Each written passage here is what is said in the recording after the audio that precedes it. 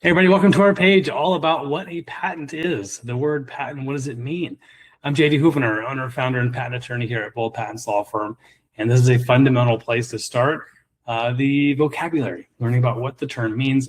It is, of course, as you probably know, it is the right that the United States government gives to an inventor or inventors to exclude anyone else in the whole country for that patent, for the rights bestowed to be able to make, use, sell, or import that invention into the US.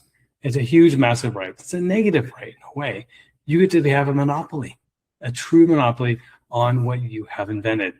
Now, I understand that it has to do with limiting to the claim scope, meaning the written words on the utility patent, if that's what you have, or the three-dimensional drawings of a design patent.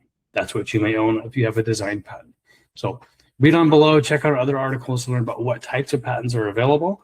But this is the great understanding. And there's a couple other definitions of patent that you'll see below that get thrown around once in a while. Have a look, make sure you're clear on what the word patent means. Have fun on our website. And if you have any questions, of course, click the contact button above, book a free discovery call with our team. We're here ready to help you get started. Everybody have an awesome day. Go big, go bold.